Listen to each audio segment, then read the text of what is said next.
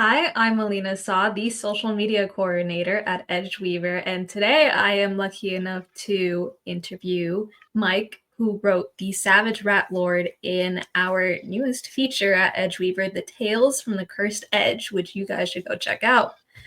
Hi, Mike. Hello, man. So tell us about yourself, how long you've been writing for. Well, I've been interested in writing since I was younger, in comic books and things. But fully just ingrained in writing, I actually um, really started in this last year in 2024. This was the third story I actually submitted, and I've had two other stories published prior to this. But this is my third one, and um, it's something I wanted to do for a long time. And I finally just put pen to paper and um, then did it. This is your third story, but congratulations anyways on getting published. I appreciate it very much. It was um, it was something special to me. A lot of the stories I write are odes to people in my life or past experiences or just even my own life.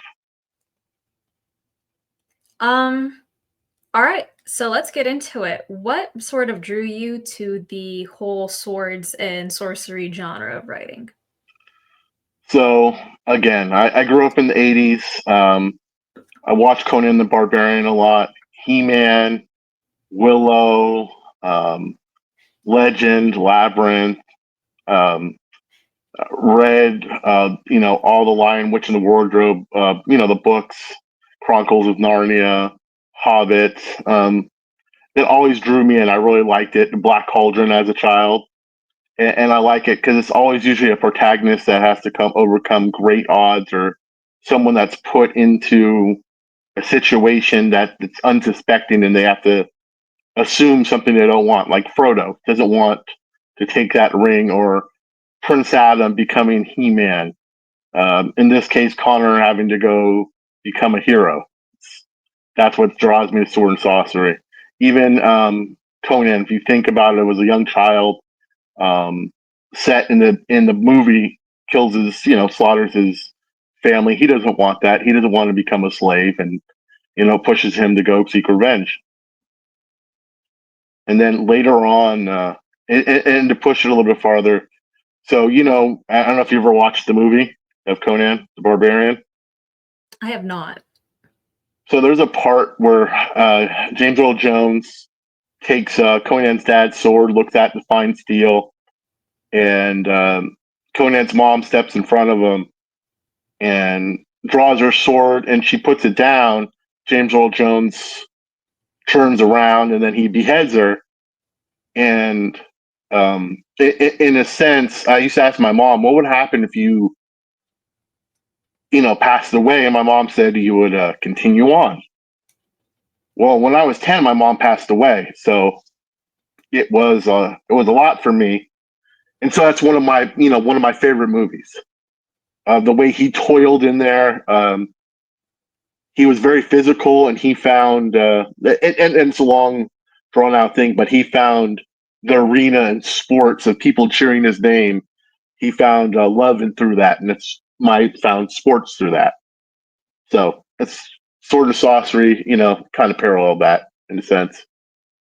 Well, I'm really glad you're able to channel those aspects of your childhood into your now three published short stories, and continuing to write through all of that. I'm actually curious more specifically about the inspiration behind this specific story, The Savage Rat Lord. So the specific inspiration is my stepson Connor. It's him in general of as one of the most intelligent children I know, one of the most intelligent men I know, um, the most potential I've seen in a person. And there's a saying that the worst thing in life is wasted potential.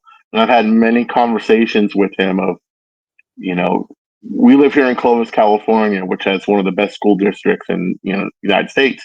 And I'd get on him about you need to do well in school, at least to go to college and to get it on your, to get that out there, be able to go out and get a good, get a good job. And I've had these conversations with him. He just wouldn't want to listen. And then him working at the burger barn there, he worked at McDonald's not too far from our house. Him being afraid of rats, and he hated taking out the garbage with the rats. Him saying, I want to put my head in the fryer, is actual words that he said. The whole demeanor, his attitude, everything is based off of him and who he was, and the progression is what I see of who he could become. That's really nice to hear. And can I also assume that your stepson was the main inspiration for Connor's voice in this story? Yes, it is. It's absolutely him. That is who it is. It is Like a mirror image of him in real life? it's a mirror image of who he is. It's just him being 19. So I wrote this when he was still living with us. I started it out of him and him talking about how he hated going out, taking the trash out, cleaning the grease traps and the people that were there, and all the all the interesting people he met there, and all the people he worked with, and all the conversations I had with him. And then I just, if you ever watch Land of the Lost, it was just something I thought of him falling through a dimension, taking out the trash, and then yes, he is the absolute inspiration, in voice, demeanor, attitude, everything. Word for word would be if my stepson fell through into Czar. Okay, well, now I can say that I relate to your stepson when it comes to his fear of rats. Not the greatest things on earth. No, he's extremely afraid of rats, spiders, bugs. I'm probably about 5'9". He's probably about 6'1". Terrified of terrified of these things, and will come get me to kill them. And I'm like, okay, well, here I have to go to dispose of these things. Yeah, I get that. Talking about Connor specifically in the short story, or not do you, how would Connor survive if he had returned to Earth? I think if he returned to Earth, I think it would be hard for him. I think it would be hard because he had actually found his purpose in life in Czar. He found his people. I think it would be hard for him.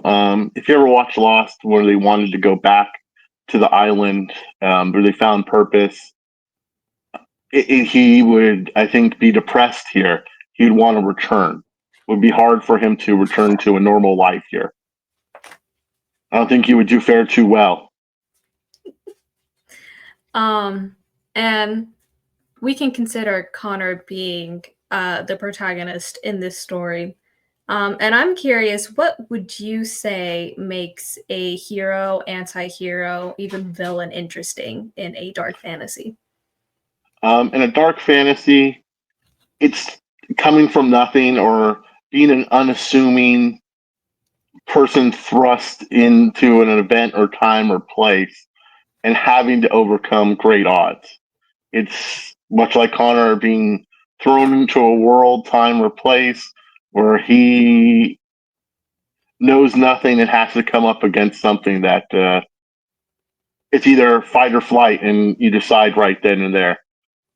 If you've ever watched Ash versus Evil Dead, something like that, that's where some of the ideas come up from too. Of Ash goes back in time and fights the Evil Dead, and it's either fight the Deadites or run away. Yeah, yeah, I get that. Um, and more turning towards the whole plot of your story, how did the idea of a fry cook turned to fantasy warrior come to you? I'm not seeing the thought process there. I mean, it worked out, but I want to How be did put in your it shoes. come? So, I read a lot of comic books too. I've read a lot of comic books in my life. I started. I think I collected got my first comic book in 1985. 80, I was about 4 years old. It was Green Lantern, and so I've been reading comic books ever since. And from Green Lantern to Spawn to weird comic books like Warlord, which basically is a World War II vet that gets transplanted into a sword and sorcery kind of world. So I was up one night late, and I was watching DC animated, and it was had Warlord in there. I was watching it, and then next night I watched Land of the Lost with Will Ferrell, and I had to go pick up my stepson, and I had to stop Land of the Lost to go. I was like, dang, I have to go get Rat Lord, and so I was thinking about him when he told me about the rats and throwing the trash away, and I also thought of if you've ever seen like berserkers, like Viking berserkers that wear bear skulls over their heads with pelts. So my other stepson and I were talking about Connor with a giant rat. You ever watch The Princess Bride with rodents of great size? Yeah. Wearing a like a saber toothed rat helmet, like a skull hollowed out over his head with a rat pelt as a cape. So it was just a progression of things.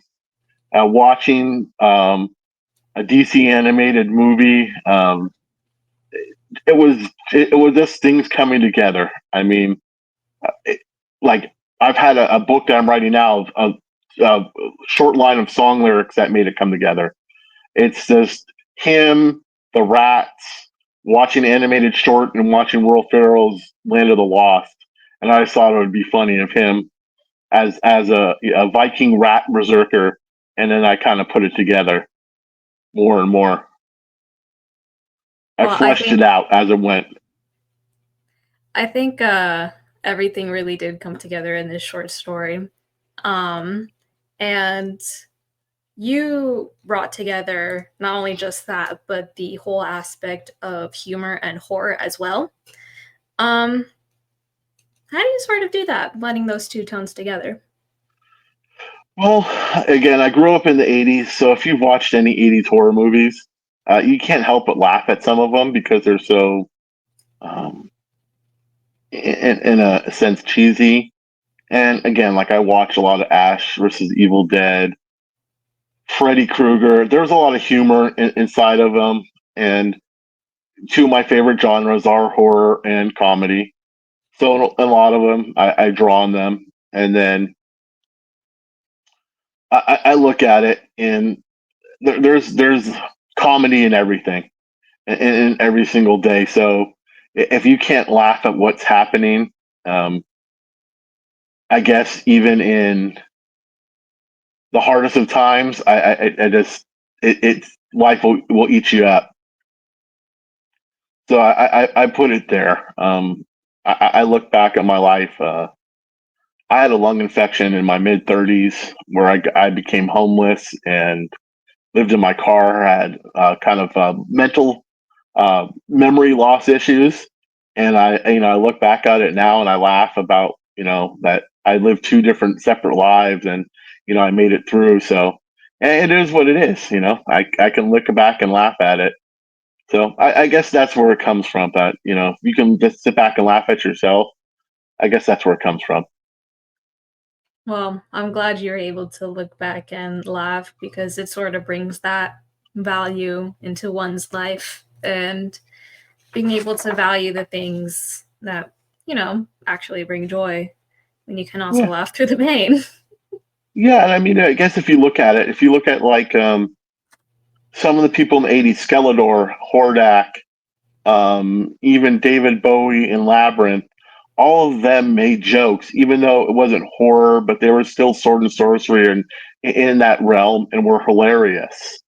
Um, some of the best insults ever came from Skeletor from the '80s. So, I get that. Even in the Ninja Turtles, I mean, it's not sword and sorcery, but a lot of the '80s and early '90s where there was a lot of insults and comedy and inserted even into the horror aspects. So I guess that's where it Absolutely. rubs off. Yeah. Um, and Speaking of humor, if you were able to drop any real world fast food mascot into Czar, who would Who'd it it be be? and why? I think it would be the Burger King, because if you've ever seen him, his unpredictability and just overall zaniness, I think would be great in there. I just think it would add an extra aspect of just overall calamity and just not knowing what would happen next. Would he be your friend? Would he be your foe? Um, kind of like the coyote from the Looney Tunes. Like, is he going to set off a bomb? Is he going to drop a um, is he going to drop a piano? But also, I think he would be more suited for sword and sorcery than, say, Jack, who's more dapper, and even though he's kind of zany, is kind of set back and thinks of things. I think his zaniness is a cover for his mental acumen. And then I don't think Wendy going in there is going to do much, but or Ronald McDonald. But I think the Burger King, he's a king too, living in a sword and sorcery, may be pretty good there. I love the logic behind all of that. Thank you. um, was the Rat Lord meant to be a metaphor or just a great monster? The Rat Lord is a metaphor for, like I said, for Connor's full-on potential of who he could be in his life. The Rat Lord is Connor unhinged, Connor fully releasing his potential, uh, just letting loose and just being himself and fully realizing all his potential and not relying on his grandparents or myself or his mom to come save him, or just working in a menial job. We're just realizing what he has inside him, the potential, the intelligence. I mean, if you look in the story, he has an overall charm with the people there, of how they're enthralled with him, the little girl, even the people that he worked with or the people around him, how they're drawn to him. Connor in real life is a very um, he's a very good talker. He'd be a good salesman, but he's also a nice presence to be around, and that's something that's what the Rat Lord unhinged is Connor fully realizing who he is. Out of pure curiosity, how does Connor feel about this short story being published? He likes it. He thinks it's great. Yeah. His mom sent it to him, and he said, "Oh my god, it actually got published." He knew about it. Was he there to sort of give you advice on how he would act, or is this purely just This is what? purely just me knowing Connor. So we've been together, I think, 9 years now. So this is 9 years. He's 19. He's going to be 20 this year. So at 11 years. So I've seen him for 11 years in the way he acts. So I know him pretty well. And me and his younger brother would talk about it too. His younger brother read the first Rush draft I ever had and thought it was hilarious. And then I rewrote it, and then he's read it through. I'm glad that he enjoys the story and He enjoys did himself in his there. he did his mom, when I first wrote it, thought I was making fun of him, and I said it's not making fun of him. It's him realizing his full potential. It's an Mhm. ode to who he can be and who I see him as. You know what? If Connor had a theme song, what would it be? It would be "Bullet with Butterfly Wings" by Smashing Pumpkins. Any specific reason why? Well, if you've ever heard it, it's full of angst. It's a person just that feels trapped. There's like trapped in a cage, and they're. If you ever heard, I'm just a rat trapped in a cage. They're full of rage. Basically, they need to get out, and that's Connor. He was trapped here, in Clovis, and he needed to get out. And that's him and Czar getting out of, working at where he was working at, going somewhere new and experiencing something new. And that's the song. And I thought about a lot of different songs like Eminem's "Lose Yourself" or DMX or I thought of a couple of different ones, but that one was by Smashing Pumpkins, "A Bullet Butterfly Wings," of just angst and nervousness and just certain things that he probably felt when he was graduating and when all his friends, were going places. And then I think life fully hit him about he was here and, people were going away to different places and his friends were, and he was still here working at McDonald's. And it's nothing to disparage him, but it's him probably looking at himself like I had potential to do things and I'm here. So I'm glad you thought about that and your reason behind it, and it's not just like because it sounds cool. no, I think about a lot. I listen to a lot of music. Music's played a big part of my life, whether it's been in powerlifting, my emotions, or even writing. Music's played a big part of it. Do you happen to have a soundtrack in mind for your story, or maybe do you just listen to a certain playlist or a couple of songs while you were writing this? I listen to really for Connor when I wrote to this. Um, so growing up, I listened to a lot of hip hop. That's what I listened to. So as I got older, my taste got more eclectic. But I listened to a lot of Nirvana because there was a lot of teen angst, and I felt that with Connor, just that and some Pearl Jam, just for him here, just feeling that angst, the feeling of just maybe not nothingness, but being alone. Your friends have gone off to college or they're going on their summer trips and you're here and just on an island. So that's what I listen to a lot of that. And I think like I wrote to Marie is like I don't know if you know who Atmosphere is. They're an underground hip hop. They've been around for like 30 years. I think I've They had heard a of them. line. They had a line that says when the vegetables bite back and the grass starts to sting. I mean, like when you asked about my writing, my writing, I took that line and I turned it to when the animals start to fight back and the grass start and the plants start to sting. I'm writing a book right now about my youngest stepson um, and the cat they had, where the animals become sentient one by one and plants start moving, where animals and fauna start kind of fighting back and trying to take back what they've been, taken advantage of by man. So Hmm. it's a lot of things. But yeah, music plays a big part, and that played a big part of Connor's angst and anxiety and just him of becoming a young man to a man. Um, yeah, I mean, it sounds like there with how big of an impact music has on your life and your writing.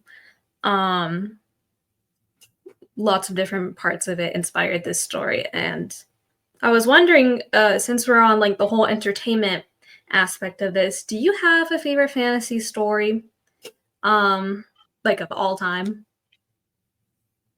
A favorite fantasy or sword and sorcery, or a favorite just fantasy story? Fantasy. It can be anything, or Yeah, go ahead. it can be comic book or anything. Yes. Okay, so it delves into sci-fi and fantasy, but would be Green Lantern, specifically Hal Jordan. Um, Any reason why? any reason why? So again, when I was younger, green was my favorite color, so Green Lantern became my favorite character. So after my mom died, obviously Green Lanterns are based on willpower and the will to overcome great fear. So I was young. I was 10 years old. My dad got remarried. My stepmom was not the nicest person, said a lot of bad things about me. My dad was not the nicest person. Um,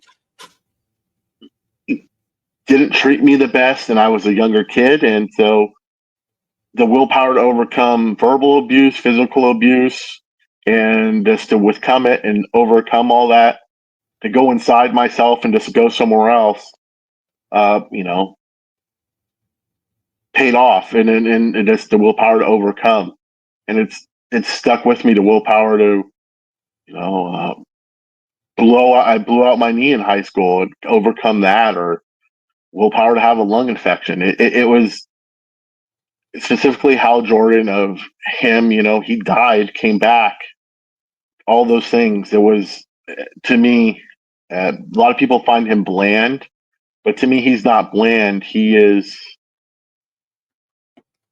a person that's just very driven and very headstrong, and that he's just going to go head first into everything, and nothing will ever stop him. And the only way is to stop him if he dies. And so I've been reading Green Lantern since I'm 42 now, and 43, and since I was like 5 years old, 4 years old, and it's my favorite of all time. There's a scene where he fights Guy Gardner. Guy Gardner is significantly younger and used powers on himself. And if you know what rope a dope is with Ali versus George Foreman, is how Jordan goes into a shell, lets Guy Gardner punch himself tired, and then Guy Gardner can't punch anymore, and Hal Jordan punches him and becomes Green Lantern of Earth again. And that I read, one time after my dad had hit me like I was a man, and I just thought of that. And then the next time it happened, I just went somewhere else, and then I kept going, and I learned, until I got bigger than he was, and it didn't happen anymore. And And that's I through life. Like I said, I willed myself through a lot of things, and it taught me, reading that comic book. It's I still read it till this day. It makes me very happy. and I guess you're trying to push that sort of willpower onto Connor, both in real life and in this short story. Yes, I am. I try to push on my kids. All five of them, is that, you know I've told them, they were both there. Um, I got in an accident right during COVID, where my car flipped 4 times, and literally had to get out of the car when it was upside down and walk 2 miles to get help, and come back and tell them, I came back and I loved them, and I didn't want, that's the only thing I thought of, was I was going to see, them again, and their mom and my kids. And, it, if I can get up and do that, man, you guys can get up and go to school. You guys can will through anything. I talk to my stepson now, about, dealing with people, dealing with things at school. He's in middle school now. And I told him it's the worst time of all, being in middle school. And I said, dude, you just got to push your way through it, will your way through it. And I said, things will change when you get to high school. I said, it's having the confidence and willpower to make you push your way through is one of the best things you can learn. Um, yeah, that's definitely something that I feel like your kids will really take from you.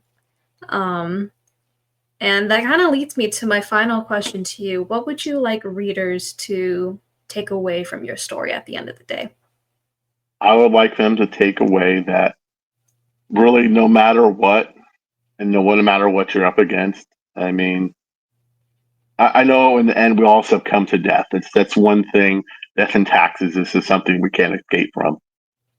But there is, like I said, through the stories, what makes a good hero, a good protagonist, is overcoming great obstacles. And that's my theme. Is Connor got thrust into a world, into a city, into a situation that he knew nothing of, and he acted and he overcame an obstacle that no one else would have in that situation. and he was unassuming and he was new to it when everyone else was afraid. And it's like I said, he willed himself through it. And that's, I guess, what my theme is um, he, anyone can overcome anything, really. I truly believe that. And I think in my writing, there's a lot of things of redemption, willpower, there's death and life in there. And that's what a lot of it deals with. And especially with Connor is the willpower and this overcoming. I I hope that any reader can take that out as well. Um, Thank you so much for agreeing to this interview. However, is there anything that I forgot to mention, forgot to ask, or something that you would like to add on? No, I hope I didn't get too personal or too deep. It's just these are the things that are in my mind, in my head when I write, and you know, things do get emotional for me sometimes when I think of them. There's different things that I've wrote that I can't read without crying. You know, this one is it's funny. It's like I said, can't take everything seriously, and this started out as a nickname for Connor as Rat Boy, and his brother was Rat Fingers, and he became Rat Lord. And in the end, it became a good tribute to who he is and who he can be and who he will become, the person that and man that he is, and the strength and the person and the positive things that are inside of him. And I think it was a good story, and I think it's a good tribute to him. Thank you so much.